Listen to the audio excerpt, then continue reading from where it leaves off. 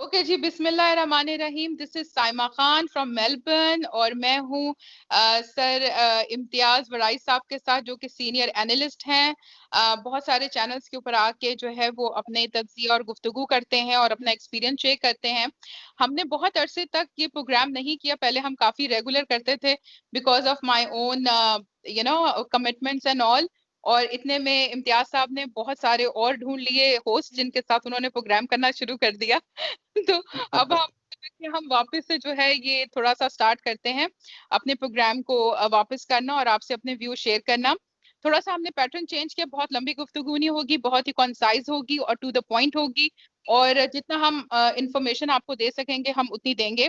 आज का जो करंट टॉपिक है वो बेसिकली जो टॉक ऑफ द टाउन है कि यूएस जो प्रेसिडेंट, हमारे 46 प्रेसिडेंट जो हमारे अपॉइंट हुए हैं, जो बाइडेन, उनसे रिलेटेड। जो बाइडेन जो है वो finally he manage to basically win the election from Donald Trump. और मैं आपको ये भी बताती चलूं कि 1992 आई थिंक पाकिस्तान ने वर्ल्ड कप 1992 में जीता था। उसके बाद से ये पहले प्रेसिडेंट हैं जिन्होंने अपनी सेकंड टर्म कंप्लीट नहीं की और जो है वो फर्स्ट टर्म में ही वो चले गए। और जो है वो जो बाइडेन जो है उन्होंने उनकी जगह ले ली। जो बाइडेन जो है, आपको पता होगा कि ओबामा के दौर में जो है वो वाइस प्रेसिडेंट थे और पाकिस्तान के साथ भी उनके अच्छे खासे रिलेशन थे। और पीपीपी के दौर के अंदर जो है वो इवन उनको हिलाल पाकिस्तान अवार्ड भी जो है वो दिया गया। और नवाज के साथ भी, क्योंकि उसी के दौर में नवाज ने भी अमेरिका में विजिट किया था, तो इनके काफी अच्छे रिलेशनशिप रहे हैं। तो हम यहाँ पे इस डिस्कशन को आगे लेके चलते हैं और इम्तियाज साहब से पूछते हैं कि विद जो बाइडेन, आपने उसकी तकरीरें भी सुनी होंगी, he is basically talking about minorities and all, कि मैं सबको बराबर लेके चलूंगा। He is not happy with the way America was currently managing their different issues, especially even corona भी।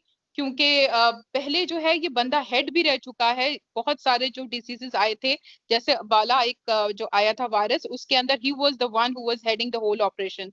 तो उसकी knowledge about viruses and epidemic बहुत अच्छी है। तो आप कैसे देखते हैं जो बाइडेन को?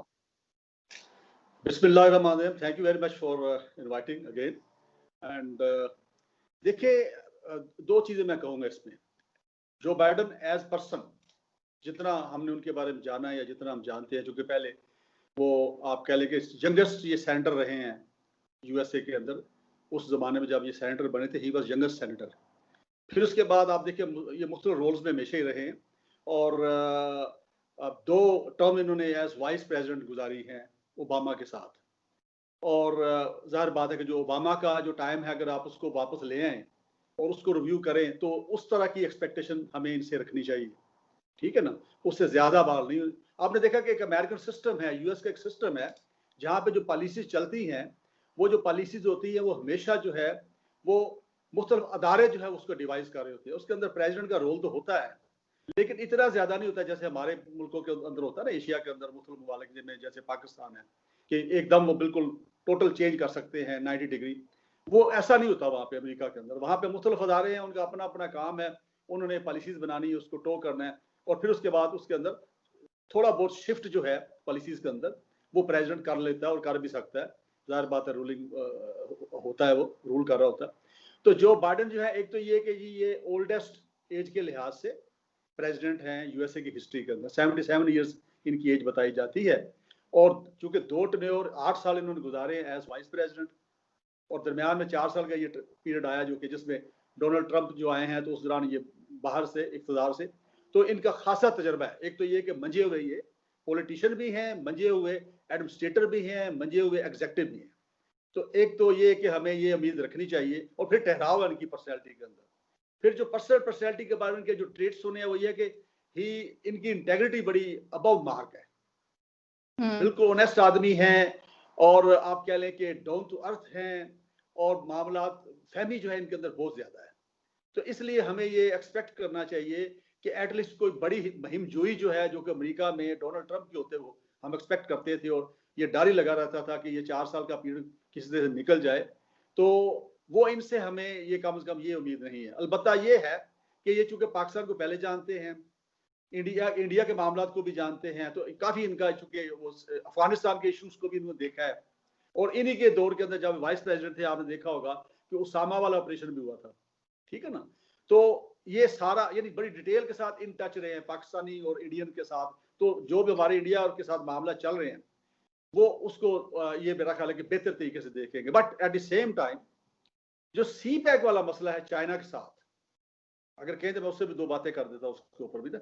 चाइना की जो लीडरशिप है जो सी पैक के अंदर है, और आपने देखा प्रैक्टिकली चाइना एक सुपर पावर बन ही चुका है, और उसके ऊपर जो पॉलिसी इनकी होगी वो ज्यादा अग्रेसिव तो नहीं होगी, लेकिन ये कि उसको जरूर ये अपोज करेंगे, यानी उसमें कोशिश करेंगे कि पाकिस्तान जो है उस ब्लॉक में उतना ज्यादा इन ना हो जाए, सी पैक वाले ब्लॉक में, और चाइना से थोड़ा हटके इनके साथ भी अटैच रहे।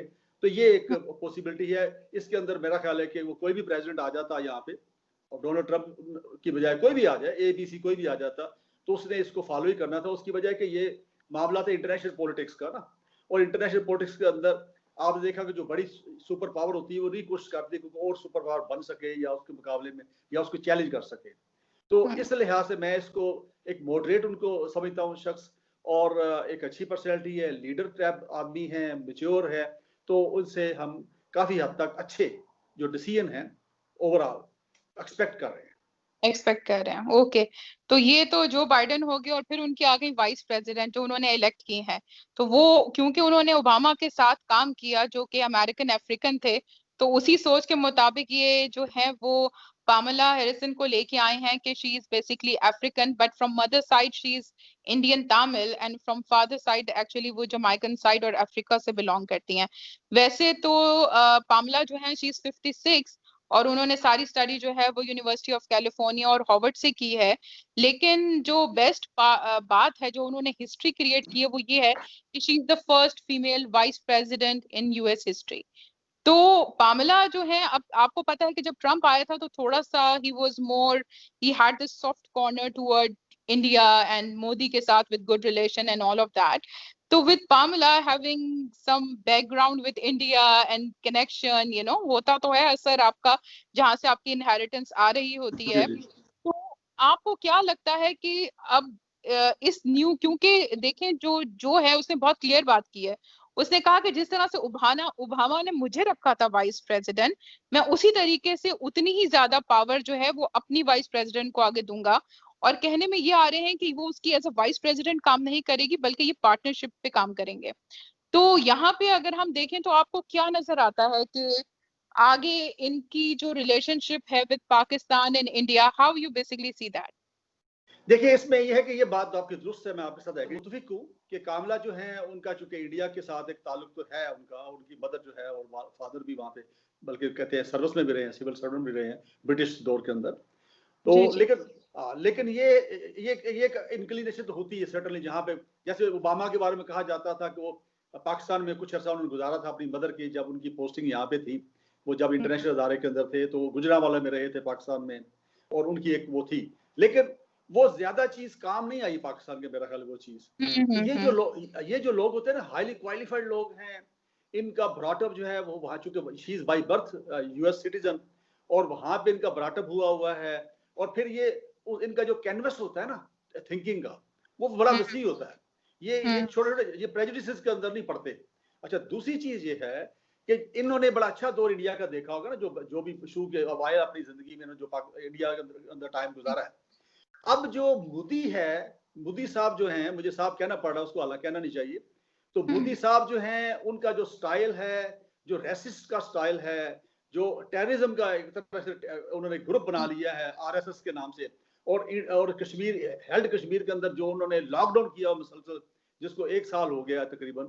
तो ये सारे जो वो स्टेप्स, और फिर माइनॉरिटीज जो है वहां पे इंडिया के अंदर वो सेफ नहीं है, उनके ऊपर बड़े प्लान तरीके से जो ये रेसिस्ट गुंडे हैं हिंदू, वो अटैक करते हैं। आपने देखा खातीन को जलाया गया वहां पे।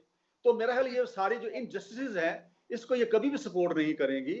ये हमेशा मेरा ख्याल है कि जिस कहते हैं कि वो ये अपनी विजडम को इस्तेमाल करेंगी, और इसमें न्यूट्रल रह के इंक्लिनेशन जरूर होगी उसके साथ, बट ये नहीं होगा कि ये बिल्कुल अब कहें चूंकि इंडिया में रही है और वहां टाइम गुजारा है, तो मोदी की हर बात को, मोदी को तो मेरा ख्याल इंडिया के अंदर भी जो माकूल लोग हैं, जो रीजनेबल लोग हैं, जो पढ़े लिखे, जो शऊर रखते हैं, वो भी उनको पसंद नहीं करते मोदी को। और ये जो है आपके इर्द गिर्द, यहाँ पे ऑस्ट्रेलिया में मेरा ख्याल है कि वहाँ पे काफी होंगे इंडियंस, वो आपका इंटरेक्शन उनसे रहता होगा, क्योंकि मैंने एक इंटरव्यू किया, तो 2 कपल ऑफ इंटरव्यू मैंने किए यूके के अंदर, तो उनसे मैं पूछता रहा हूँ, तो वहां पर भी उन्होंने कहा कि जो रीजनेबल या जो विजडम रखने वाले इंडियंस हैं, वो कहते हैं जी भी कश्मीरियों को हक देना चाहिए, भी अगर वो अलग होना चाहते हैं तो उनको वोट का हक दें और फैसला करें, जमहूरियत है ना। तो मोदी को मेरा ख्याल है कोई इतना ज्यादा ये सपोर्ट नहीं करेंगे। हाँ, इंडिया को एज कंट्री जो है वो थोड़ा सा एज जरूर मिलेगा, और चूंकि एज इसलिए भी मिलेगा कि चूंकि चाइना के सी पैक की वजह से और चाइना की जो लीडरशिप, जैसा कि मैंने पहले सवाल के जवाब में आपको जवाब दिया, उसमें यहाँ से जो आप कह लें कि टफ टाइम जिसके जरिए से दिलवाया जा सके या दिलवाने की कोशिश की जाती है, वो इंडिया ही है ना। तो इंडिया को हो सकता है थोड़ा सा यूज करने के लिए थोड़ा सा उनके साथ सॉफ्ट रहे और उनको जरा ज्यादा एज दे दें। अदरवाइज ये लोग जो होते हैं, ये न्यू जो इस लेवल पे पहुंचते हैं ना, आई एग्री विद, क्योंकि इम्तियाज साहब यहाँ पे ये भी बात है जो कि सोचने वाली है, और वो ये है कि डेफिनेटली मोदी एक्सट्रीमिस्ट है, और कोई भी एक्सट्रीमिस्ट इंसान को जो है वो कोई भी पढ़ा लिखा और सेंसिबल बंदा सपोर्ट नहीं करता। और दूसरी वाली बात ये है कि जो है वो जो बाइडेन के बाद अगर ये बिल्कुल रीजनेबल तरीके से सारी कंट्रीज के साथ अच्छे तरीके से रिलेशनशिप बिल्ड करती है, और जो ट्रम्प की वजह से अमेरिका ने अपनी क्रेडिबिलिटी लूज की है उसको ये वापस रीबिल्ड करते हैं, तो शी हैज दिस अपॉर्चुनिटी कि जो बाइडेन के बाद जो है she can become a president, you know, if she really performs well और लोगों के एक्सपेक्टेशंस पे पूरा उतरे, तो उसके लिए अच्छी अपॉर्चुनिटी है। नहीं, वैसे भी इसमें मैं ऐड कर दूं, वैसे भी अंदर कॉन्स्टिट्यूशन ऑफ यूएस से अगर मिड टाइम में, मतलब ड्यूरिंग टेन्योर ऑफ दिस, अगर वो जाते हैं, रिजाइन करते हैं या कोई और वजह बनती है और वो सीट खाली होती है, she will become automatically president of US. बिल्कुल बिल्कुल। So what I was about to ask कि इमरान खान ने बहुत अच्छी सी ट्वीट की है और उन्होंने मुबारकबाद दी है कामला को भी और जो बाइडेन को भी इनकी पोजीशन के ऊपर, और कहा है कि जो अपकमिंग डेमोक्रेसी के ऊपर समिट होने वाली है इंटरनेशनल, उसमें वो उनसे मुलाकात करेंगे और उस पे अफगानिस्तान और जो रीजन के पीस है उसके ऊपर वो बातचीत करेंगे। अब जैसे मैंने आपसे कहा था कि जो बाइडेन के relationship with PPP and Nawaz league already थे, उनके साथ उसने काम किया है, उनके साथ कम्युनिकेशन में रहा है, और उसके दौर में नवाज शरीफ ने भी विजिट किया है ओबामा के पास उधर। लेकिन अब आपको क्या लगता है कि इमरान खान कितने सक्सेसफुल होंगे in having a very strong relationship with Joe Biden, जो कि हमारे रीजन या खित्ते में पीस का सबब बन सके? इस आपके सवाल के जवाब में मैं 2 पहलू से बात करूंगा। पहली चीज तो आपको ये बता दूं कि ये जो जनरली जो इंटरनेशनल पॉलिटिक्स होती है ना, या इंटरनेशनल डिप्लोमेटिक रिलेशनशिप होते हैं, ये पर्सन टू पर्सन नहीं होते, ये कंट्री टू कंट्री होते हैं, ये नेशंस टू नेशंस होते हैं, मतलब अक़वाम के दरमियान तल्लुकात बनाए जाते हैं। और ये कोई भी इधर प्राइम मिनिस्टर हो पाकिस्तान का, चाहे ABCD जो भी हो, तो जाहिर बात है उसके साथ वो इंटरेक्शन करेंगे, being prime minister of Pakistan या प्रेसिडेंट ऑफ पाकिस्तान अगर कोई है तो। इस लिहाज से अगर ये कहा जाए कि पीपल्स पार्टी के साथ काम किया, तो पीपल्स पार्टी में उस वक्त उनकी गवर्नमेंट थी, या नवाज लीग के साथ काम किया तो वो भी गवर्नमेंट थी, तो ज़ाहिर उनसे उन्होंने काम करना था। इसका मतलब ये नहीं कि पर्सनलाइज रिलेशनशिप हो जाते हैं बात का, थोड़े बहुत एक अटैचमेंट जरूर थोड़ी बहुत हो जाती है, लेकिन ये जो जिस लेवल पे जब हम USA की बात कर रहे हैं, एक तरक्की याफ्ता मुल्क की बात कर रहे हैं जो सुपर पावर है, वो इन चीजों को अहमियत नहीं देते, वो तल्लुकात बनाते हैं पाकिस्तान के साथ, पाकिस्तानियों के साथ, ठीक है, पाकिस्तानी और अमेरिकन के दरमियान तल्लुकात बनाते हैं। बता दिया कि ये जो है ये चीज मैटर नहीं करती, ये नेशन टू नेशन तल्लुकात होते हैं, उसका ज्यादा कोई तल्लुक नहीं है। अगर हम यही समझ रहे हैं कि भी मियां नवाज शरीफ को कोई ये फायदा पहुंचाएंगे प्रेसिडेंट ऑफ US जो नए आ रहे हैं, बिकॉज के इन्होंने काम किया हुआ इकट्ठे, या पीपल्स पार्टी को फायदा पहुंचेगा, तो ऐसा नहीं है, मेरा नहीं ख्याल। ओके, अब सेकंड चीज ये आ गई, आपका सेकंड सवाल जो है मेरा ख्याल वो था उसके मतलब के पाकिस्तान इमरान खान के साथ कैसे तल्लुकात होंगे। देखिए, इमरान खान जो है एक इंटरनेशनल पर्सनैलिटी है, वो क्रिकेट की वजह से दुनिया के मोस्टली कंट्रीज के अंदर वो सारे जाने जाते हैं, और वहां पे उनका जानने वाले दोस्त भी हैं, अहबाब भी हैं, और उनके कल्चर को भी वो समझते हैं। स्पेशली आप कह लें कि ये जो अंग्रेजों का कल्चर होता है जिसको हम आम जुबान में कहते हैं, USA हुआ या UK हुआ, उसको बड़ी अच्छी तरह जानते हैं, बल्कि इनकी तो शादी भी वहां पे रही ना UK के अंदर। तो ये बड़ी जल्दी उनके एक कल्चर को समझते हैं, उनका ये भी समझते हैं कि ये किस चीज से इम्प्रेस होते हैं, किस चीज को नापसंद करते हैं। तो मेरा ख्याल है कि ये ज्यादा बेहतर तरीके से, जैसे कि आपने देखा होगा डोनाल्ड ट्रंप जो है उनके साथ इमरान खान का तल्लुक अच्छा रहा। अगर आप उनका आपस में देखिए, जो जब भी उनका आपस में इंटरेक्शन हुआ, मुलाकात हुई उनकी, तो उसमें ये इंप्रेशन मिलता था कि बराबरी के बुनियाद पे बात हो रही है। डोनाल्ड ट्रंप जो है वो आप कह लें कि असर्ट नहीं कर पाए इमरान खान को, बिल्कुल। और राजा कई जगहों पे देखा, लोगों ने महसूस भी किया, बॉडी लैंग्वेज से भी अंदाजा लगाया कि इमरान खान असर्ट कर रहे थे वहां पे, ठीक है ना। तो इस लिहाज से ऐसा शख्सियत, अच्छा नंबर 1 ये मैंने कह दिया। नंबर 2 ये है कि इमरान खान के बारे में अभी तक जो उसकी फाइनेंशियल इंटेग्रिटी है उसके ऊपर कोई सवाल नहीं है, कोई क्वेश्चन मार्क नहीं है। वेराज तो पहले जो थे वो दोनों उनके ऊपर था, और यही वजह थी कि डोनाल्ड ट्रंप जो था इमरान खान से मुतासिर था इस लिहाज से। और जो बाइडन चूंकि खुद एक डेड ऑनेस्ट बंदा है, उनकी इंटेग्रिटी बड़ी आम, जो हमें जो भी पढ़ा है या सुना उनके बारे में, कोई इंटेग्रिटी उनकी अबव मार्क है। तो इसी तरह की शख्सियत इमरान खान है फाइनेंशियल लिहाज से। तो मेरा ख्याल है कि वो इनको ज्यादा पसंद करेंगे जो बाइडन, और ज्यादा अच्छा एक रिलेशनशिप बनेगा इनके दरमियान, मेरा ख्याल है।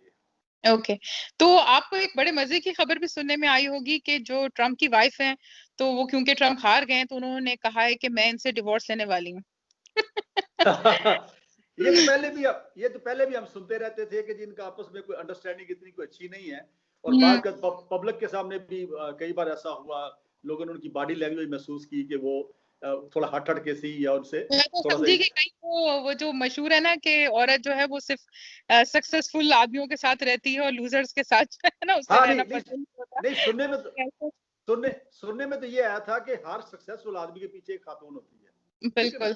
लेकिन अगर ऐसी बात है जो जैसा आप कह रहे हैं, तो इसका मतलब ये है कि सक्सेस के साथ वो जाती है, फिर इसका मतलब ये ना खातून। लेकिन नहीं, मेरा नहीं ख्याल ऐसा। देखिए, इनका ये शादी को अभी तो नहीं हुई थी ना जब ये प्रेसिडेंट बने हैं, इनकी शादी तो पहले से हुई है ना, और पुरानी शादी है, काफी साल पहले की शादी इनकी।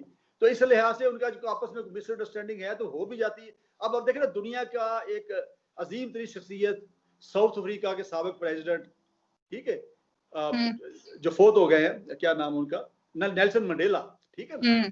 नेल्सन मंडेला जो है कितने कामयाब तरीन शख्सियत है, उनका अभी तक लोग बड़ा इज्जत से नाम लेते हैं। लेकिन उन्होंने जो ही वो आजाद हुए, तो यानी रिहाई मिली उनको, कैद से निकले, तो उनको अपनी बीवी को वो तलाक देनी पड़ी, ठीक है, ठीक है, पति बिनी के क्या नाम था उनका, तो उनको तलाक देनी पड़ी। अब आप देख रहे हैं ये सिचुएशन है, तो ये कुछ जरूरी नहीं होता।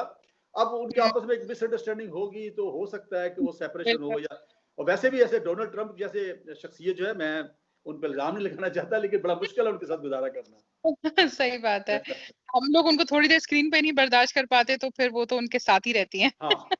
अच्छा, तो मैं अब ये बात करना चाह रही थी कि आजकल एक खबर जो है वो आ रही है, अब ये जो हमारे सीनियर तज्जियाकार हैं हारून रशीद, उन्होंने एक बात की और वो भी जहांगीर तरीन के ऊपर की, क्योंकि आजकल जो करंट चल रहा है मैं सिर्फ उन्हीं बातों को डिस्कस कर रही हूँ कि उन्होंने कहा कि भाई अभी चौधरी शुजात साहब अस्पताल में थे तो जहांगीर तरीन गए और उनको मिल के आए, और उन्होंने जहांगीर तरीन ने ये स्टेटमेंट दी कि भाई मेरा एस्टेब्लिशमेंट के साथ जो है वो ताल्लुकात बहुत अच्छे हैं, जिसपे उन्होंने कहा कि भाई इमरान खान को भी एस्टेब्लिशमेंट के साथ अपने ताल्लुकात बेहतर करने चाहिए कि जैसे जहांगीर तरीन के हैं। और ऊपर से हारून रशीद ने ये भी कहा कि इमरान खान जो है वो कोई मर भी जाए, बीमार हो, लेकिन ही डोंट बॉदर, वो कभी जाते नहीं है, ना उनको कॉल करते हैं ना पूछते हैं। तो ये क्या चल रहा है? पहले तो ये जितने तज्जियाकार होते थे ये काफी पीटीआई को सपोर्ट करते थे और जो है मतलब पॉजिटिव बात करते थे, और अब अचानक से जो जहांगीर तरीन है जो कि so called very good friend of Imran Khan थे, तो ये क्या खिचड़ी पक रही है? देखिए, बात ये है कि जो मीडिया के अंदर हर तरह के लोग हैं ना, और हारून रशीद तो बड़े सीनियर आप देखें साथी हैं, और इनके जो तबसरे हैं आमतौर पे जनरली बड़े न्यूट्रल ही होते हैं। एक्चुअली सिचुएशन ये है कि जो पीटीआई की जो गवर्नमेंट है ना, उसने थोड़ा मायूस किया यहाँ आवाम को ना, क्योंकि अगर देखें आप तो कोई भी चीज सामने को वाजे आई नहीं है। मतलब मैं एक दो चीजें गिनवा देता हूँ आपको, आप उसको उसको मेरा ख्याल है कि हमारे जो नाजरीन हैं, व्यूअर्स हैं, उनको दादा हो जाएगा। एक तो इन्होंने एक्सपेक्टेशन बड़ी हाई कर ली थी लोगों की ना, कि तब्दीली आएगी, नया पाकिस्तान होगा। उसके बाद फिर ये भी एक्सप्रेशन दिया जा रहा था कि जी ऑलरेडी जो है वो जो इंटरनेशनल जो एक्सपर्ट्स हैं मुख्तलिफ फील्ड के, वो ऑलरेडी काम कर रहे हैं और पॉलिसियां तकरीबन बन गई हैं, और जनाब आते ही उन्होंने शुरू कर देना है। और फिर अच्छा, वो कुछ भी नहीं हुआ। ठीक है। और रिस्ट्रक्चरिंग करनी थी सिविल सर्विस की, उसके ऊपर आपने देखा डॉक्टर इशरत हुसैन की सरबराही में एक कमेटी भी बनी हुई थी। अच्छा, उसने स्टूडेंट रिकमेंडेशन को दी भी है, अब वो भी जो है वो भी आप कह लें कि बड़े बड़े फ्रीजर में चली गई, डीप फ्रीजर में चली गई, उसमें कोई इंप्लीमेंट नहीं हुआ। अच्छा, जनरली अगर हम देख लें तो देखो ना, ये डॉलर्स को कंट्रोल नहीं कर पाए, डॉलर का इम्पैक्ट हर चीज के ऊपर हुआ और हर चीज महंगी हो गई। इसके साथ साथ फिर क्या हुआ, ब्यूरोक्रेसी से ये सही काम नहीं ले सकते सही तरीके से ना। ब्यूरोक्रेसी ने काम करना होता है ना, महंगाई को कंट्रोल करना, आटा दाल चीनी इसको इंश्योर करना कि मार्केट में हो और उसके साथ उसकी जो कीमतें हैं उसके मुताबिक बिके। अच्छा, वो करना था ब्यूरोक्रेसी है, जिसमें मजिस्ट्रेट्स होते हैं, जिसमें थानेदार होते हैं, SHOs होते हैं, DSPs होते हैं। अच्छा, उनको सही मैनों में उनसे ये काम नहीं ले सकी इनकी टीम। ज़ाहिर इमरान खान डायरेक्ट तो नहीं लेना था ना, अब हर डिपार्टमेंट का एक मिनिस्टर इंचार्ज है। अब वो मिनिस्टर इंचार्ज जो है वो अपनी ब्यूरोक्रेसी से काम लेता है, तो वो उसने उस तरफ फोकस नहीं किया। और मेरा ख्याल है कि जो टीम है उसके अंदर स्वाय चांदे गुजरा के बाकी जो है वो उन्होंने कोई मेच्योरली आप कह ले के डेमोन्स्ट्रेट नहीं किया, जिसकी वजह से ये हुआ कि यहाँ पे महंगाई का तूफान आ गया, क्रेडिबिलिटी थोड़ा लूज कर गया PTI इस वजह अब आप देखें ना, अब आप देखिए कि जो मेडिसिन की कीमतें हैं पहले भी कई गुना बढ़ी थी, अब और कई गुना बढ़ गई हैं, और उसका उज़र ये दिया जा रहा है जी कि जी अब मार्केट से जी दवाइयां गायब हो गई थी। अभी दवाइयों को इंश्योर करना, उसको रेगुलेट करना, उन चीजों को, ये किसका काम है? गवर्नमेंट का काम है ना। अब ये उनको महंगा कर दो और अवाम किधर जाएंगे बेचारे। सो अवाम बाकी बड़े पिस गए, मैं आपको बताऊं, अवाम ने बड़ा सब्र किया है और मैं अवाम को बड़ा अप्रिशिएट करता हूँ, अभी तक भी वो सब्र का मुजाहरा कर रहे हैं। PDM के साथ उस तरह वो मिलके नहीं आए, सामने आए PDM के साथ, चीजें इंप्रूव हो जाएंगी। और इमरान खान अभी के इंटरनेशनल रिलेशन के इशू रिजॉल्व कर रहे हैं, कर्जे उतार रहे हैं, तो एक वक्त आएगा कि पाकिस्तान की इंटरनल सिचुएशन ठीक होगी, बट लेट्स सी। नहीं, वो बात आपकी दुरुस्त है, वो इन्होंने नो डाउट कर्जे उतारे भी हैं, but at the same time देखें ना, इंटरनल अपना पहले हाउस भी तो क्या कहते हैं इन ऑर्डर करना ना, हाउस को इन ऑर्डर करें। और यहाँ पे जो छोटी छोटी बातें ना, मतलब सब्जियां, दालें, चीनी, आटा, दवाइयां, मेडिसिन और इस तरह की जो चीजें जो आम आवाम जो रोटी खाता है, अब देखो रोटी कितनी महंगी हो गई है, तो उसकी तरफ जरूर तवज्जो देनी चाहिए। ठीक है, इंटरनेशनल इनके मैं अप्रिशिएट करता हूँ कि इंटरनेशनल लेवल पे इनकी जो डिप्लोमेटिक सिलसिला चल रहा है या इनके जो फॉरेन अफेयर्स की जो पॉलिसीज हैं वो बड़ी इफेक्टिव जा रही है और जानदार है। इसमें इंडिया को उन्होंने कॉर्नर किया एक तरह से और चाइना के बहुत करीब हुए हैं, एक ब्लॉक नया बन गया तकरीबन, टर्की है उसके अंदर, मलेशिया है, इवन रशिया भी साथ मिल रहा है। तो ये इनको एक कामयाबी इनकी जरूर है और इन्होंने चैलेंज भी किया कई ममालिक को, मैं समझता हूँ वो बात दुरुस्त है। सो आप अगर कहेंगे फॉरेन अफेयर्स के अंदर ये कामयाब रहे, उनके साथ जो मिनिस्टर है बड़ा लाइवली है, आपने देखा शाहमूद कुरैशी साहब जो हैं, but at the same time जब तक अंदर से आपके देखें ना, आपकी फैमिली जो है, आपके घर वाले जो भूखे मर रहे हो, वो परेशान हो, तो बाहर मैं बड़ी अच्छी तकरीरें कर रहा हूँ तो उसका कोई फायदा नहीं होता ना।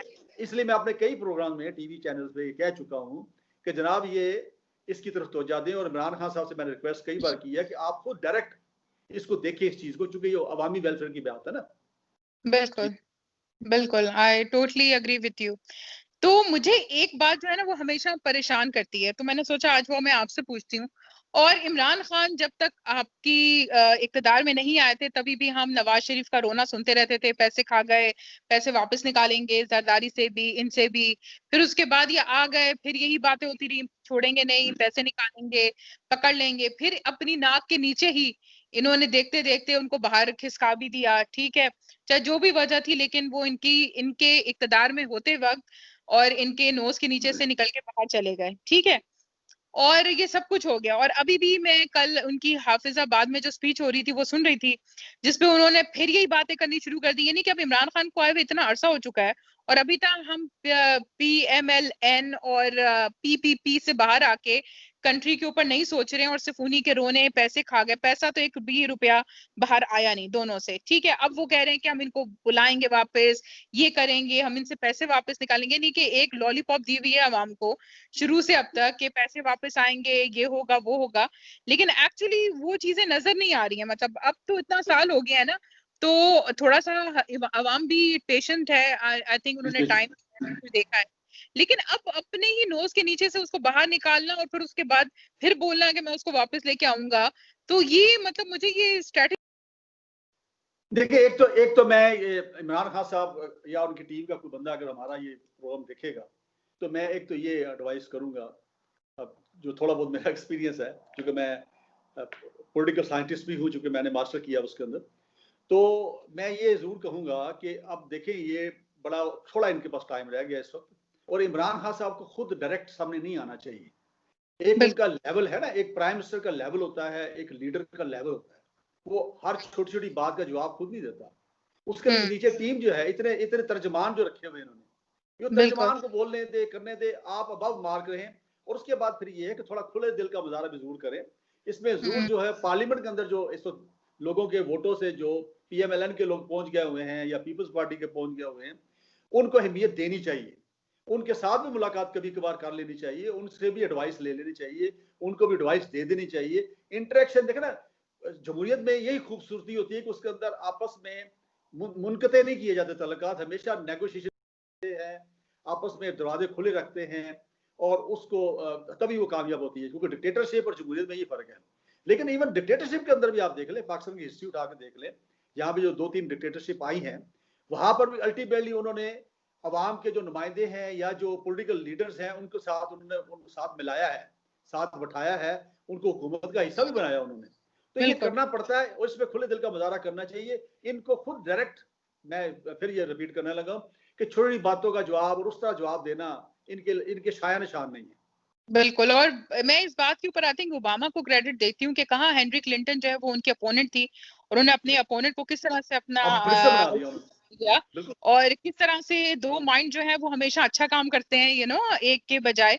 तो किस तरह से उन्होंने अपनी टीम को स्ट्रॉन्ग किया और वो आगे चले। I think we should learn from this. हम लोगों ने एक अपने 1.5 इंच की मस्जिद बना ली है और टीमों को बांट लिया है, और हर इंसान जो है वो कहता है कि मेरी टीम ठीक है और दूसरे की गलत है, बट हम एक साथ काम करने में बिल्कुल भी इंटरेस्टेड नहीं है। तो यही चीज हमारे इसमें नजर आती है। जब कोई नई हुकूमत आती है, सारे अपोनेंट उसको गिराने में लग जाते हैं, फिर कोई नया बंदा आता है तो बाकी सारी पार्टीज उसको गिराने में लग जाती हैं, और 5 साल तक यही जद्दोजहद चलती रहती है, जिसमें और तो कोई सफर नहीं करता, लेकिन पाकिस्तान का सबसे बड़ा नुकसान होता है। और तो ये चीजें थी। इसके अलावा अगर आप कुछ ऐड करना चाहेंगे, आजकल की जो चीजें चल रही हैं, वो मेरे जो सवाल थे जो मैं क्लियरिफाई करना चाहती थी आपसे, वो तो मैं सारे पूछ चुकी हूँ। देखिए, जहांगीर तरीन साहब के बारे में मैं थोड़ी सी बात कर लेता हूँ, क्योंकि वो आपने सवाल किया तो दरमियान में शायद थोड़ी ज्यादा नहीं मैं उस पर कह सका। देखिए, जहांगीर तरीन जो है एक कामयाब बिजनेसमैन है पाकिस्तान के, ठीक है।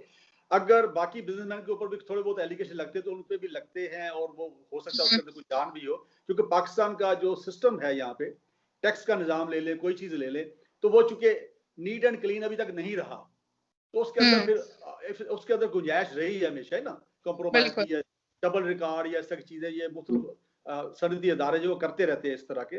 तो मैं ये नहीं कह रहा कि जहांगीर तरीन साहब ने कोई डबल रिकॉर्ड बनाया हुआ, लेकिन मेरा मकसद जनरली ये प्रैक्टिस है यहाँ पे। अब रहा सवाल कि वो पाकिस्तान आ गए हैं वापस, अब अगर उनके खिलाफ कोई कंक्रीट किस्म के कोई एलिगेशन ऐसे हैं, तो जब तक देखे ना, अगर इन केस वो FIA करेगी तो वो FIR काटेगी, पर्चा देगी, जिसको आम जुबान में कहते हैं केस रजिस्टर करेगी। अगर नेब करेगी तो नेब रेफरेंस फाइल करेगी। तो जब तक वो उनके जो ये तो अभी इन्वेस्टिगेशन एजेंसी का काम है ना, कि उसके अंदर अगर कोई कंक्रीट चीज है तो वो फर्दर स्टेप ले, अगर गिरफ्तार करना जरूरी है तो गिरफ्तार करें, अगर गिरफ्तार किए बगैर ही वो तावन कर रहे हैं तो गिरफ्तार करने की जरूरत नहीं है, क्योंकि अंडर लॉ आप भी जानती हैं कि गिरफ्तारी जरूरी नहीं होती, हाथकड़ी लगाना भी जरूरी नहीं होता। अगर एक अक्यूज जो है वो कोऑपरेट कर रहा है, उसका भागने का इम्कान नहीं है और उसका इन्फ्लुएंस होने का इम्कान नहीं है करने का किसी को, तो उसको गिरफ्तार करना जरूरी नहीं होता, उसको हाथकड़ी लगाना जरूरी नहीं है। तो वो जिस तरीके से भी उसको करे और इसको मंतकी इंजाम पर पहुंचाए। अब मेरा मशवरा जो है, वो जो इनके शहबाज साहब हैं, इनके जो देख रहे हैं इसको अकाउंटेबिलिटी को, इमरान खान साहब के, और इमरान खान साहब को मेरा मशवरा ये है कि इसको स्पीड अप करके इसको मंतकी इंजाम पे पहुंचाए अगले 6 महीने के अंदर। अगले 6 महीने के अंदर देखिए, सुप्रीम कोर्ट ने भी कहा है कि आप कोर्ट्स बनाएं, अकाउंटेबिलिटी कोर्ट्स बनाएं इतने, और उसके बाद ये जल्दी ट्रायल करें। और सुप्रीम कोर्ट ने ऑर्डर भी किए हैं अपने एक फैसले के अंदर, उन्होंने अकाउंटेबिलिटी कोर्ट्स को कहा भी है कि आप फौरन इसकी हीयरिंग करें और इसको खत्म करें, ठीक है। तो डे टू डे मतलब डेली बेसिस पे इनकी हीयरिंग की जाए। अगले 6 महीने के अंदर जितने रेफरेंसेस पेंडिंग हैं उनका फैसला हो जाना चाहिए, ओके। तो ताकि अवाम जो है ये महसूस करे कि भी इन्होंने एक चीज को कंक्लूड किया और उस मंतकी इंजाम तक पहुंचाया जिसका आपको नजर आए। मतलब बात ये होती है कि यार रिजल्ट नजर आए, टाइम हमें लगता है we do understand, but actually time लगने के बाद कुछ सोल्यूशन नजर आना चाहिए, दैट्स द मेन थिंग। ठीक है इम्तियाज साहब, आज हमारा इतने दिनों के बाद पहला सेशन था, और हमने जो आज के कुछ दिनों के जो हॉट टॉपिक्स हैं उनको हमने उठा के बात की और न्यूज़ेस पे, तो फिर इंशाल्लाह ताला हम फिर नेक्स्ट इसी तरीके से करेंगे, और जो करंट न्यूज़ेस होंगी उन पे हम उनको पिक करके उन पे डिस्कशन किया करेंगे। आपका कोई सवाल कुछ कहना हो तो ठीक है, अदरवाइज फिर मिलते हैं इंशाल्लाह नेक्स्ट शो पे। नहीं, बहुत शुक्रिया, बड़ा अच्छा लगा जी, ताकि अवाम तक जो है हमने अपने अंदाज से न्यूट्रल रहते हुए, आप मेरे जो भी प्रोग्राम लोग पहले भी देखते हैं, आप भी देखती रहती है, मैं कोशिश करता हूँ कि न्यूट्रल जो है उसमें ना मैं पीटीआई की तरफ हूँ, ना मैं पीपल्स पार्टी की तरफ हूँ, ना मैं पीएमएल की तरफ हूँ, मैं पाकिस्तान की तरफ हूँ, ठीक है ना जी। तो न्यूट्रल हम मशवरा देते हैं और इन गुड फेथ देते हैं, इन फेयर मैनर देते हैं। तो उम्मीद है कि इंशाल्लाह ताला हमारे व्यूअर्स हैं वो भी इसकी तायद करेंगे। आपका बहुत शुक्रिया।